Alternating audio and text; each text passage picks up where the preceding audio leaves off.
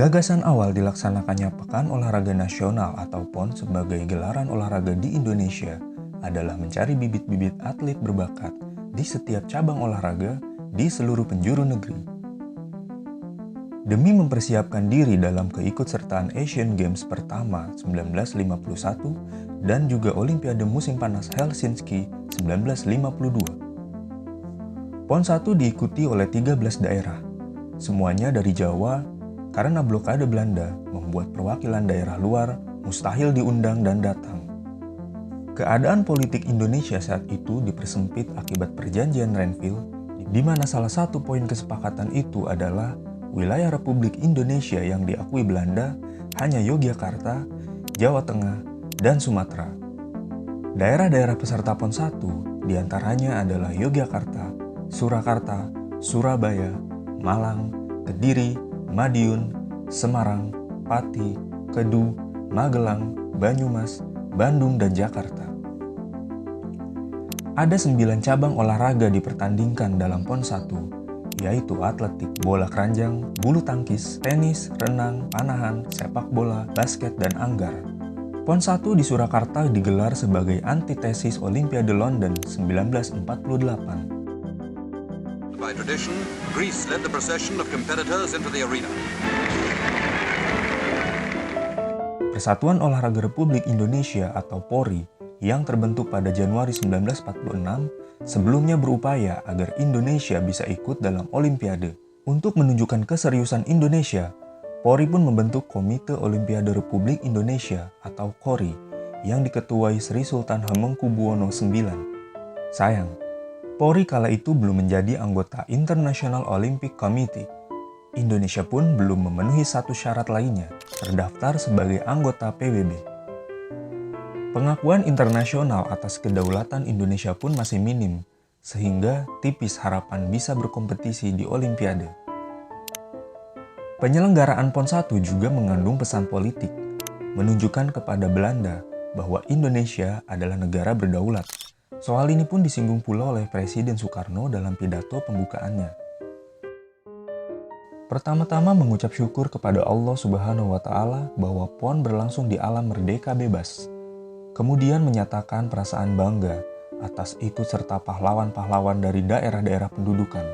Pemuda-pemuda dan pemudi-pemudi datang di Solo ini tidak untuk berolahraga saja, tapi terutama untuk menunjukkan semangat kemerdekaan yang menyala-nyala, ujar Presiden Soekarno sebagaimana dikutip Merdeka 10 September 1948. Dalam kondisi perang dan di blokade Belanda, pemerintah Indonesia tak gentar menggelar hajatan besar Pekan Olahraga Nasional pertama pada tanggal 9 sampai 12 September 1948 di kota Surakarta.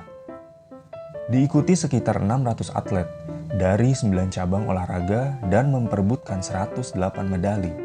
Bertahun kemudian, peristiwa itu diabadikan sebagai Hari Olahraga Nasional yang diperingati setiap tahun. PON sudah diselenggarakan 19 kali, dan edisi ke-20 ini akan diselenggarakan di tahun ini, dengan Papua menjadi tuan rumah untuk pertama kalinya. Papua. Pada 3 April 2014, telah ditandatangani Keputusan Menpora Nomor 110 Tahun 2014 tentang penetapan pemerintah Provinsi Papua sebagai tuan rumah pelaksana Pekan Olahraga Nasional ke-20 tahun 2020. Papua mendapat suara paling banyak dan jauh di antara 2 provinsi lainnya, yaitu 66 suara. Sementara Aceh dan Bali sama-sama mendapat 46 suara. Papua melakukan persiapan dengan baik. Hingga 19 Januari 2020, pembangunan fisik arena akuatik mencapai 78,2% dan ditargetkan selesai Juli 2020. Progres pembangunannya lebih cepat dari target semula sebesar 60,9%. Venue akuatik Papua dibangun sesuai dengan standar FINA dengan biaya APBN tahun 2018 sampai 2020 sebesar 401 miliar rupiah. Pembangunan Istora Papua Bangkit mencapai 74,01% atau lebih cepat dari jadwal sebesar 62,8%. Venue ini dibangun dengan dana sebesar 257,5 miliar rupiah. Selanjutnya, Pembangunan arena kriket dan lapangan hoki baik indoor maupun outdoor telah mencapai 74,7% atau lebih cepat dari rencana awal sebesar 62,8%. Total biaya pembangunan arena ini sebesar 277 miliar rupiah.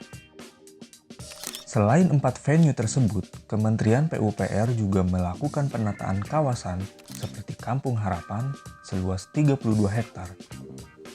Di lokasi ini akan dibangun sejumlah fasilitas pendukung PON 20, diantaranya wisma atlet, kawasan komersial, lapangan latihan atau pemanasan, zona aman stadion, area parkir, dan toilet. Di kompleks ini juga tengah dibangun Stadion Utama Papua Bangkit yang dilengkapi papan skor, peralatan sistem waktu, dan lampu LED standar FIFA dengan kekuatan 1800 lux. Sementara untuk kawasan Doyo Baru akan dibangun kantor, sekolah, utilitas, wisma putri dan putra, lapangan tenis, basket, gedung pusat pendidikan, dan pelatihan pelajar.